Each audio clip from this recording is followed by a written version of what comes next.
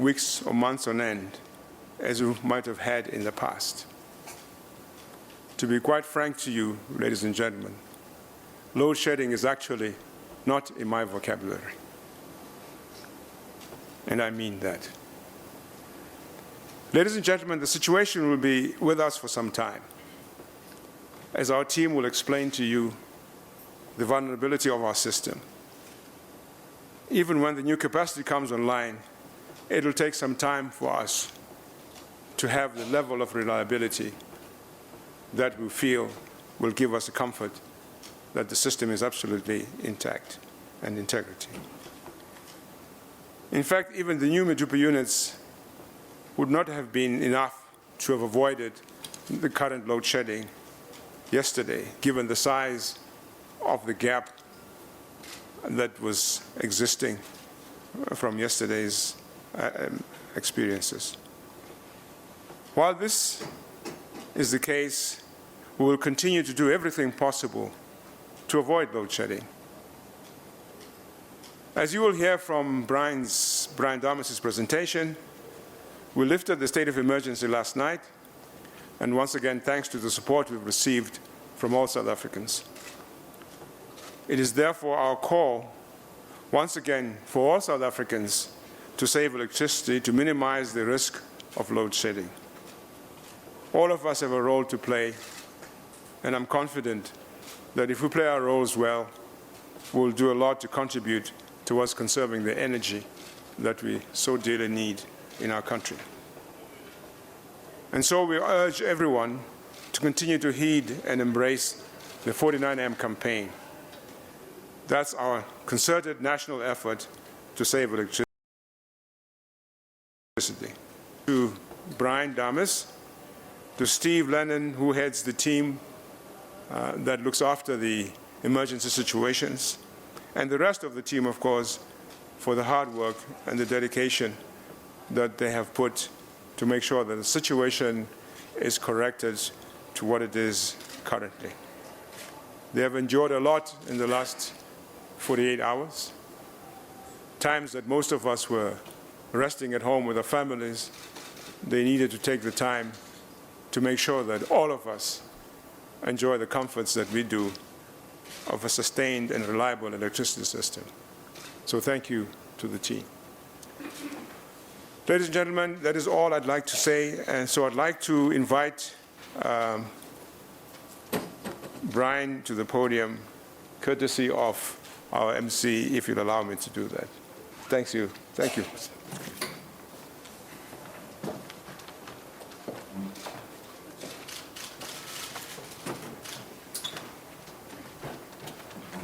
Good morning, everybody, and welcome to Eskom this afternoon. I'll do my best to go through this, and I'm going to ask my colleagues to add to the presentation. I think there's some sections that my colleagues would add and present as well. But from our side, our commitment has been to be absolutely transparent with you and the South African public. We were here a few weeks ago. I did not expect to see you here so soon, but you're back. We can say we told you so. But thank you for coming. But let me start off first by, I think we need to, as Eskom, and I would, really apologize to all South Africans for the inconvenience caused by what has happened. It certainly affects all of us. It certainly affects our daily lives and how we go about, and really brings home the importance of energy, and in South Africa's case, electricity is a big part of the energy market in South Africa, and brings home the importance of Eskom in the lives of every South African. We understand that. We truly understand that. I understand that, and we understand the importance thereof. And I can give you the assurance that we're working extremely hard to make sure that we do not get into situations that has happened yesterday. I had a couple of very long days. I've not slept on a bed for 2 nights, but the team has been here and has, and we will share with you quite openly where we're at and what has happened. If I look at some of the key messages, firstly, we declared an emergency at 6 o'clock on the 6th of March, that's yesterday, and for the first time had to implement rotational load shedding at 8 o'clock. An emergency at 6 o'clock allowing us, similar to November and February, allowing us to call on our customers to reduce by 10%. That has not been adequate to restore the power system, and we had to get into load shedding by 8 o'clock. That was lifted 10 o'clock last night. There is no load shedding currently in the country. So since 10 o'clock last night, the load shedding has stopped. And if there are interruptions at a local level, if there are robots not working, it really has to do with local supply problems, either on our side or, for that matter, within our customers' distribution networks. This is certainly, as I said, a very painful decision. We're very well aware of the impact thereof on people's lives, on the economy. We're very well aware of all of that. But we also have a primary role to play, and that is to protect the electricity power system in South Africa. And we have to protect it from a total blackout, which is a situation that we would want to avoid at all costs. And we will take all our necessary steps to make sure we do not get there. We, a peninsula as a country, there's nobody around us to start up this massive big power system within South Africa, and that would impact this country significantly for an extensive period of time. And the consequences thereof would be significant. So all the steps that we have taken, it is really to make sure that we get to a position where we prevent that from happening. We are operating an old fleet. I've said that many times, on average 30 years old. And the system is constrained. Now we can talk about why is it constrained and why is it not constrained. The fundamental part of this is a long-term business where you make decisions in time, you have policy that's clear, and you implement this. So in 1998, you make a decision. In 2008, you see the first effects of it. 10 years later, it's going to take another 10 years to get out of it, unless you really aggressively drive a fundamental change. And any event like what has happened in the morning hours, the early hours of the 6th of March, or as the chairman said, what has happened with the Kobora Bassa, plus some of our units coming down, any event currently in the system where we have to do lots of maintenance, where it's already constrained, any event within the system creates a significant impact on supply availability. And that's what we have to deal with every day that we're managing the system. We are committed to an early warning. We have done that up to now. We provide daily updates. We talk to our customers. But our communication around this specific event, this was the earliest that we could have communicated this changes so rapidly. So by yesterday morning, in the early hours, Andrew and the team was already out there communicating what's happened. That was the earliest we could do that, and I'll share with you what has happened. And really, that's why I say it's quite unfortunate that we could not give our customers increased time frame in terms of warning. We are in a better position than 2008. And I'll take you through that. I think we have a team that is very experienced, very knowledgeable. And I think there's two parts to this. There's about what Eskom needs to do, and there's about what many others have to do and have done and not done. But the one thing I would ask you, that you do support the team at Eskom and all its people. And I know people get very frustrated, and I know as South Africans we are worse enemies. But if you would happen to lose them, I'm afraid that you're going to have this going on for a very long time with no recovery. So there are many good people out there, all the way from power stations to distribution networks throughout the country in national control that work very hard and at Megawatt Park that work very hard to make sure that this is done. And it's very important that we do as South Africans support them. We have appropriate emergency communication protocols in place. We have really communicated very openly and transparently. And this will be the case, as I've said 2 weeks ago, through this summer, through the winter, and until the essential part of the build program is delivered. This is not about the first unit of Medupi. Actually, to deal, as the chairman said, with what has happened on the 6th, you would have needed 5 units of Medupi to be commissioned already. And that is my reference to early decision making. If in 1998 you've put in place a position where Eskom started the build, and Medupi was built at that time, by now it would have been finished. And that's what you would actually need within the power system today.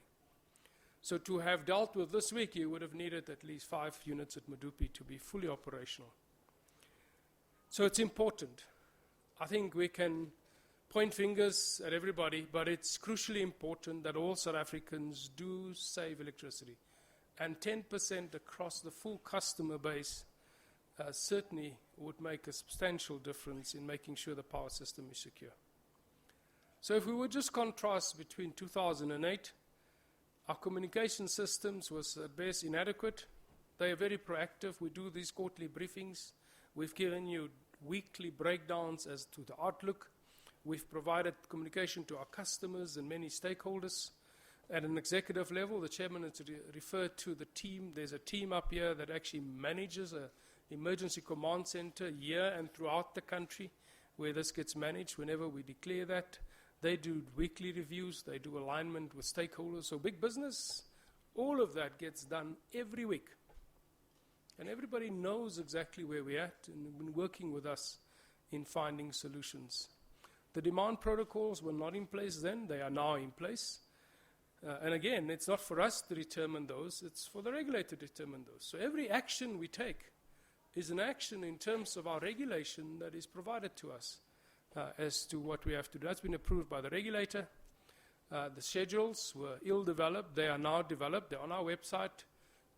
And I must say to you, most households is not supplied by us, and so the metros has got those on their websites, and they all in place in terms of the emergency code of practice that we had.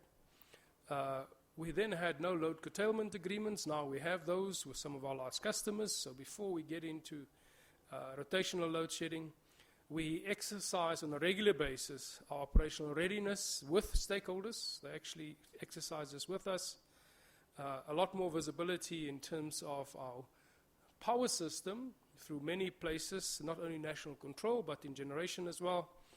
That is something distinctly different. We know exactly what's happening at every power station, every minute of the day, over and above what national control does. Our emergency declarations in terms of the National Code of Practice, and our coal supplies, which in 2008 we had very little of. We have 45 days of coal throughout our system. The average targeted days is 42 days. That is on a risk profile per power station. And we do have clear procedures in place as to how to deal with situations of wet coal and how that would be managed.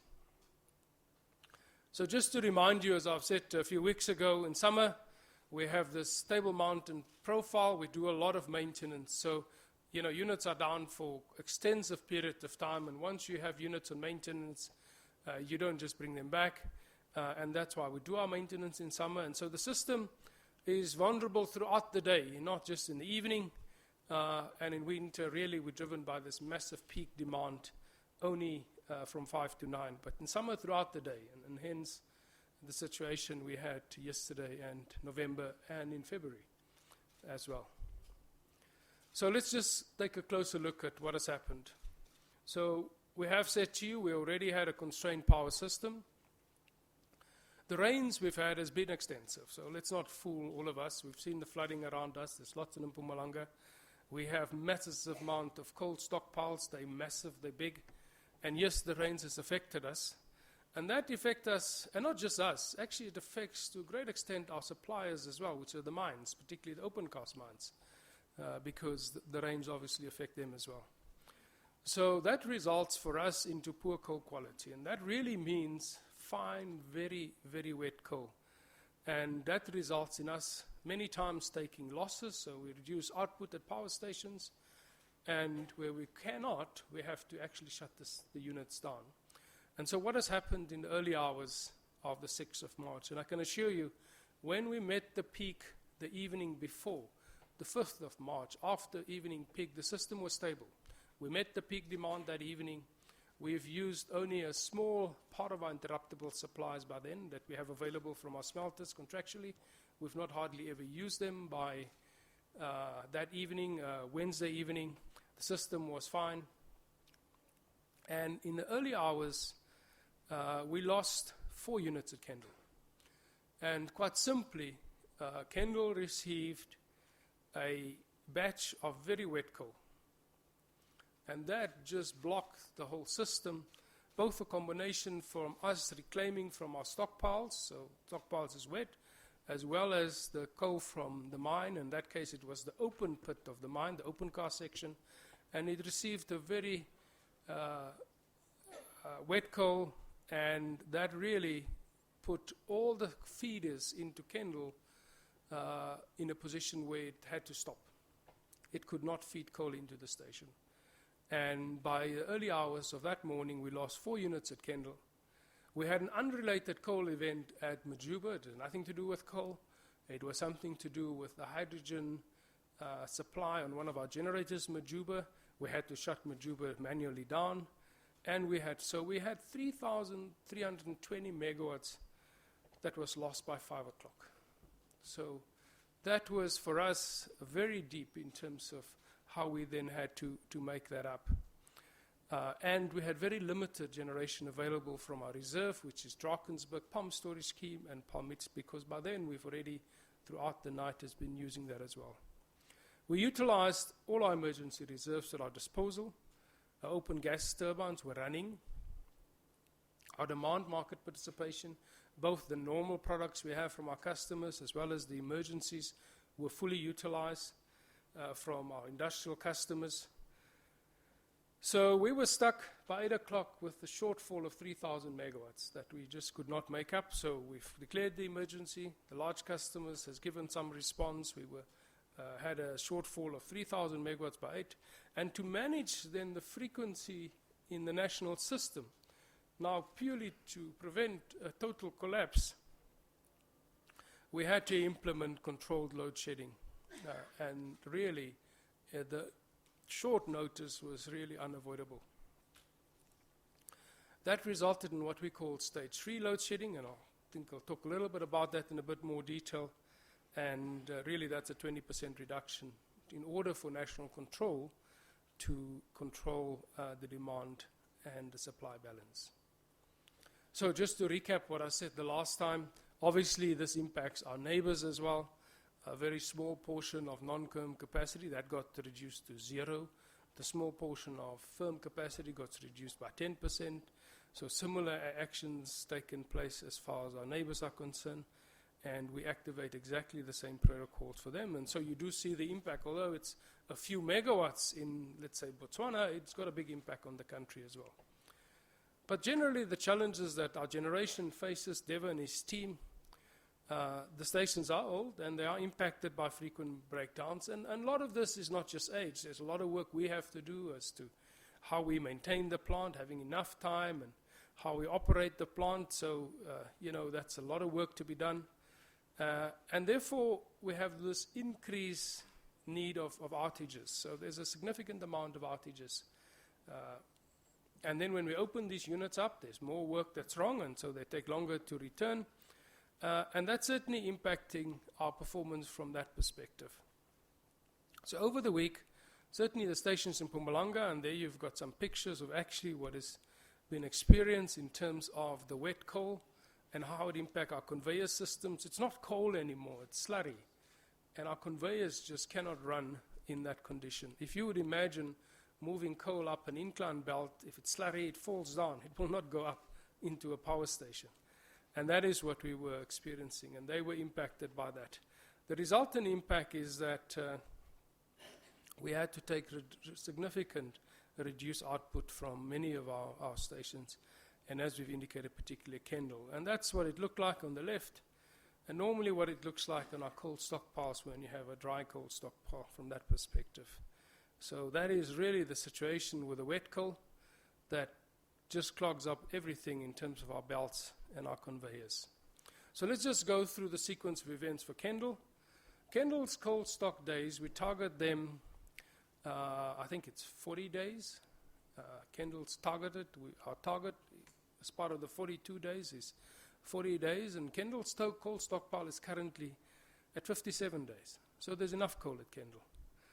But Kendal has experienced significant heavy rains for more than a week now, and they particularly had these wet fine coal, and it took initially up to 400 megawatts just after evening peak, and then there was a shift changeover, and over this shift changeover we received, as I said, very fine and wet coal was received from the open cast mine, and at that time the underground, which is a lot drier coal, supply reduced, and so Kendal received this massive wet coal injection all at once into its coal supply system. That's a coal supply system. I don't want to go through all of it, but really Kendal's has got bunkers, it's got a surge chamber, and then it's got the coal conveyor system that feeds into Kendal, and it's really between the coal stockyard and the surge chamber that we could not get coal transported into those surge chambers, and therefore the bunkers ran dry and it had no further coal, and the units, as I said, had to start shutting down. So early in the morning, we between 1 o'clock and about 7 o'clock in the morning, we lost the 4 units at Kendal because of low coal. The units were recovered within yesterday. The coarser underground, so they had to unblock the coal system, and they then had to restore the supply from both the underground coal stockpile or the mine, as well as the coal stockpile. And then by 5:30 yesterday, all the units in Kendal were back on load, and this morning all of them are on load. And they're starting to feed coal into the bunkers. The bunkers are not full yet. They're at about 60, 70%. And over the weekend, we have to make sure that the bunkers gets fully filled up. So that's the situation at Kendal. Many people say, just cover all of this. It's big. We've looked at it. After 2008, we looked at it. And that's quite a big area. Many stations around the world has done this. We certainly don't have the capex to do this. And Kendal's coal stockpile, compared to the rest of Eskom, is actually in a good shape because it's got some of the most modern coal stockpile yard equipment, and we have greater vulnerabilities than many of our other stations. So what did we do around the coal since 2008, the wet coal issues? We have implemented, particularly at Dover, they're very vulnerable, issues around how we deal with the coal and how the coal flow through the system. That is done. The coal stockpile holdings, as I said, we've reviewed that, 42 days, that has been implemented. We do a readiness report of the station. They get audited, all of the stations, as to where they're at. Are they implementing the wet coal procedures? We have stations where we've bypassed our stockpiles on site. We have implemented, after 2008, a 5-day coarse stockpile. We said, over and above your normal coal, keep 5 days available that is coarse, that you don't come to this excuse of wet coal. We have that, and it's been in place, but we've used it because it's been raiding all along. We do external audits on the mines, not just on our stations, on the mines. As I said, the wet coal procedures are in place per station, and we review those and we check the operating procedures around that. We have not looked at implementing the reclaimers, so massive stacker reclaimers like you now have at Medupi and Kusile, or even at Kendal. We've not looked at covering coal stockpiles fully. They're too expensive, both those two options. And we have not looked at, people say, spray the coal. Now, tried that, we've experimented with it. It's just, does not make sense for us, because if you do have a strategic pile and you compact the coal, it's fine. And if you do spraying on our live coal piles, as soon as you take the coal away, it's opened up again, you have to spray again. So we've looked at all of those, and the team has implemented all of that since 2008. But the one that is actually more critical than, as I said, Kendall, is our Duva coal supply. It remains a risk for us. And as I said earlier, we had the coal conveyor incident that impacted the supply to the mine. Middelburg mine is open cast mine. So it's the largest open cast mine in the southern hemisphere. And for us, we now have to truck coal into Duva, and that brings for us additional risk. So the Duva coal stockpile is still impacted and will be the case certainly for up to the latter part of March. And I showed this the last time, the coal stockpiles. So Grootvlei, Komati, Tutuka, where we have seen a drop. And then I've spoken about the Duva coal stockpiles. Duva is currently at 15 days, not 14. And obviously, the rains certainly impact those stockpiles as to how we can recover this coal and send it into the power station. The open cycle gas turbines we then used. This is very expensive and very costly. I think for the last year, Eskom has spent over 10 billion rands using this. I've shown you the stats the last time, and it's really not sustainable for us to do this. And the question is, we're left to balance all of this. We have to balance the money, we have to keep the lights on, and we have to look at what is in the interest also of Eskom in terms of what we need to do. And we are utilizing this at very high levels in order to make sure we maintain the load and the electricity supply in the country.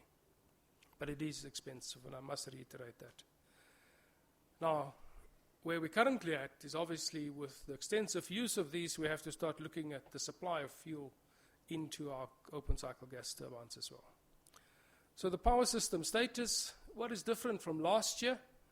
Last year we had power buybacks that was available. So as I said to you earlier this month, the power demand was significantly lower than this year, an average between 1,000 megawatts, and that is not available anymore to us. We don't do that. We don't have certainly the funds to do that. The IPPs, we have purchased all the IPPs that can generate power in this country. Some of those that we had on short term has expired in December. Contracts came to an end.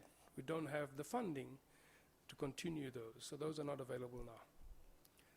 So this is, since we've spoken in this room the last time, the power system is the demand, the dark lines, and the green lines, the supply, and you can see over the last week, right up to the evening of Wednesday, we were fine. And then in the early hours of the morning, you had those 4 Kendall units lost, the 1 Majuba, and then you have these 2 lines getting to the position where we had to declare an emergency in the early hours of the morning of the 6th.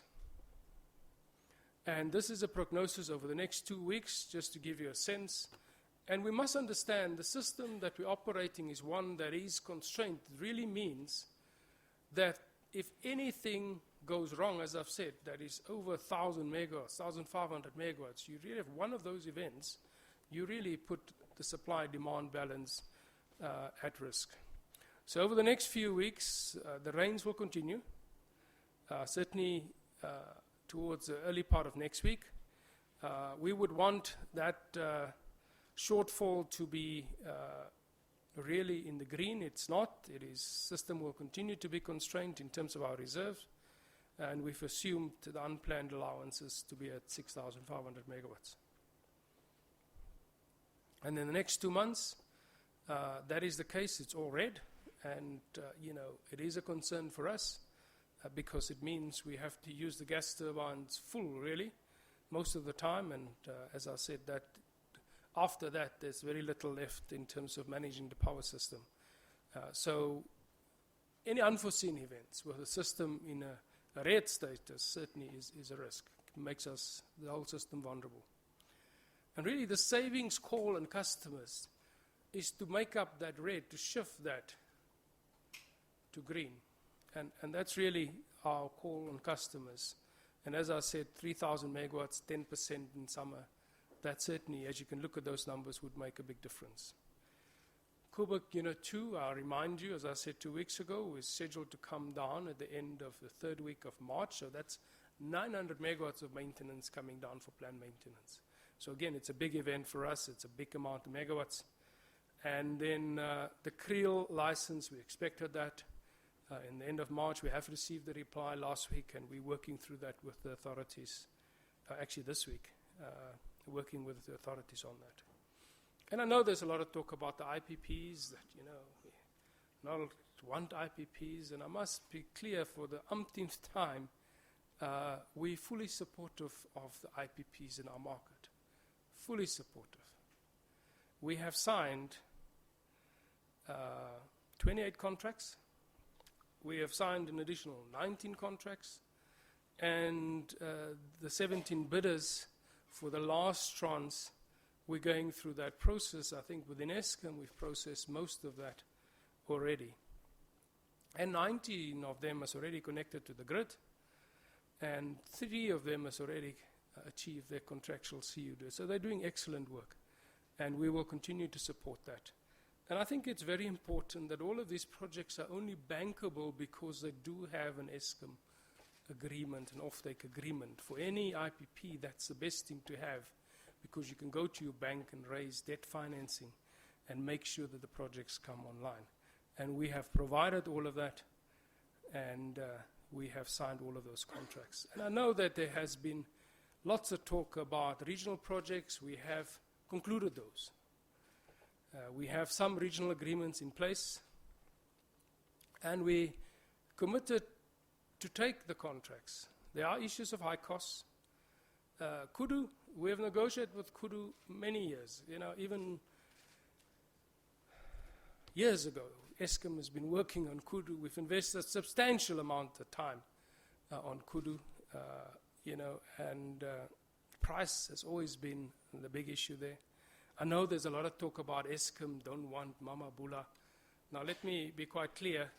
Eskom had a mandate to negotiate a contract with Mama Bula and actually take the power. All of that has been done. There's an MOU that's been signed. Most of the PPA has been agreed. And the reason why we could never sign the contract is because we could never agree on the price. Eskom had a mandate, was signed. We could never agree on the price. And after that, after those negotiations, things have changed. Currently, Eskom can't buy power from IPPs. It's a process run through the Department of Energy. So you must be an IRP, then you must go through the procurement regulations out of that.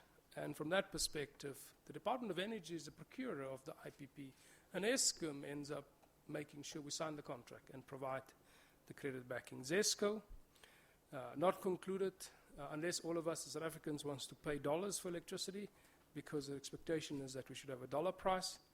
And then Kariba South, again, the price expectations were quite high. So I think we should be quite clear on the IPPs, fully supportive of them, have negotiated these, had mandates to enter into contracts. Price certainly is a big issue. And currently, we don't procure IPPs as Eskom, because all of that has fundamentally changed within our system. The BUILD program, as I said the last time, same slides, we're making progress. Medupi and Kusile, the technical issues are being addressed. And similarly in Angola, the work will soon start on the incline shaft. The wind turbines that we're building, that has started. Transmission projects are being implemented throughout the country. I'm going to ask the team to assist me in terms of some of these slides. In terms of what we need to do and national control, their task is to make sure they balance supply and demand. We can't store electricity other than our pump storage gas, pump storage schemes.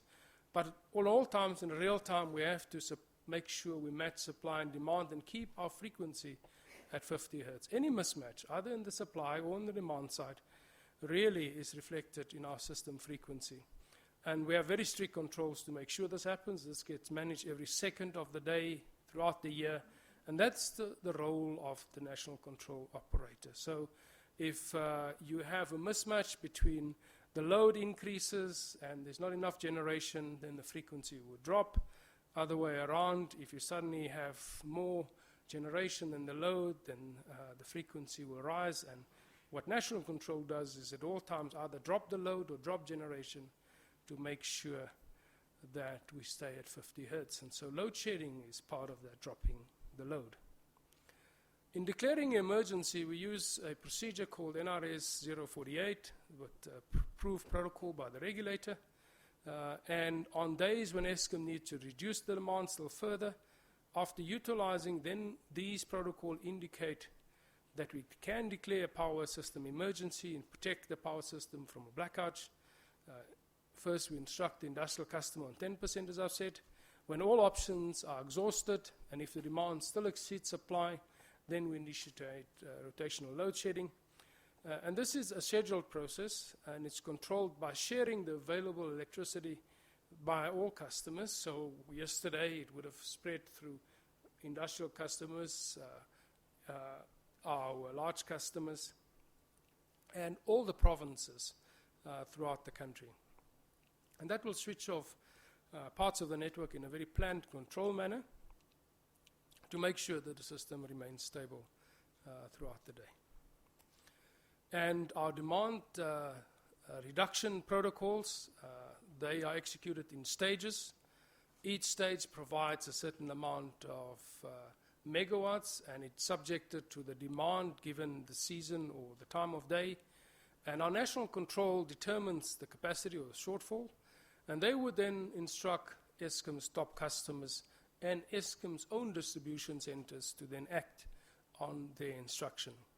These control rooms then instruct the metros and the municipalities to prepare, or for that matter, implement the load shedding. The procedures are in place where we deal with critical loads in terms of the code of practice around hospitals, where those can be separated, airports, etc. And these cannot be kept off the schedule, and therefore sometimes it's necessary that they do have emergency backup generators in place. The load shedding protocols, they were implemented in 2008, you'll remember, throughout the day for quite a few days at a time. Really now it will just happen in cases of an emergency, so it was yesterday, today there's none. For Eskom customers only, 4 schedules have been developed based on the possibility, and these are applied in a very fair and equitable manner. And an all-day schedule is available, and that's applicable in summer. In winter, as I said, you have the peak stages between 5 and 9. That's really where the crunch is. And that caters for our supply areas as Eskom. Customer supplied areas, people must look at the municipal websites, contact them around their schedules, and they really determine those themselves and manage those independently. In terms of the demand reduction under critical systems, there are different stages. Stage 0 is where we can get 70 to 100 megawatts of demand. If we go to stage 1, there's 5% of the load. Stage 2 is 10% of the national load, and yesterday we were at stage 3, 20%. And yesterday, about midday, we removed from stage 3 into back to stage 2, and by 10 o'clock last night, as I said, we then stopped and went back. And so really the first part before we get there is to then declare the emergency. I'm not going to go through all of this as to how the stage 1, all those schedules work. These are for Eskom customers only, where for every hours of the day and the days of the week, we have certain blocks, and when we make sure that these are scheduled to make sure that it's a fair process throughout the Eskom customers where they would be impacted for most of the day. These are located on the Eskom website. People can go onto the website, look at those, and look at their schedules.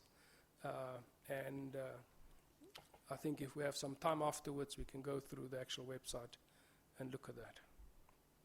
So just to conclude, your role is very important. You have been very supportive in assisting us to communicate better.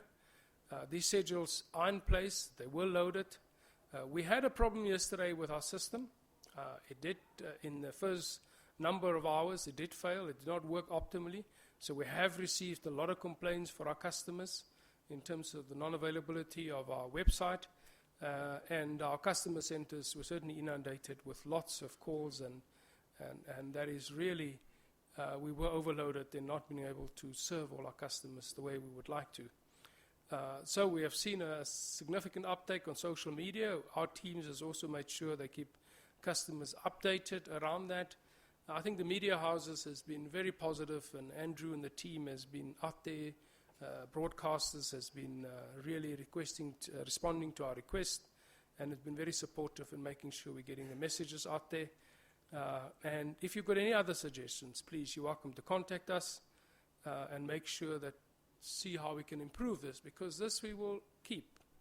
We'll keep it for many years. Even after we've built all these power stations, we should have these in place because we have a national protocol in place to implement this. So if you've got any suggestions, central@eskom.co.za, you're welcome to contact us. This summer, the air conditioning load, I've said this the last time, switch off the geysers. We really have to stop the wastage of electricity, 5 to 9, the pool pumps as well. As we approach winter, remember the electrical heating, that drives a big load, non-essential lighting and appliances to be switched off, and please respond to the power bulletins and alerts. The system will remain tight. You know, it will be so until, as I said, you've completed a substantial part of the build program. The projected demand and the current trends of our plant performance certainly means that we're going to use our open cycle gas turbines extensively. It is very, very expensive. And that really means that after you've used them to meet your maintenance requirements and meet all your load requirements, if then something happens, you have very limited operating reserve to deal with any impact in terms of changes in the supply side. So really we call on all customers, municipalities in the commercial sector, to manage and cut the electricity wastage where it exists. Our industrial and commercial customers can make a significant contribution. You know, the office blocks and all of these things certainly makes a difference. If this is done, we can manage the situation, all of us. Alone, Eskom cannot do this. I've said this many times, but with our customers, we can and make sure that we not only reduce the cost, and all of the costs, whether you buy IPPs or Eskom run gas turbines, all of this comes back to how we deal with the tariff situation. And it's very important that we keep tariffs as low as possible. And this certainly would have an impact on all of us. And from our side, our customers have been very responsive. They have responded. They've responded every day, in the 19th of November, particularly in February as well, and yesterday. And we certainly would like to thank them and would ask that they continue to assist us in reducing the consumption. I thank you.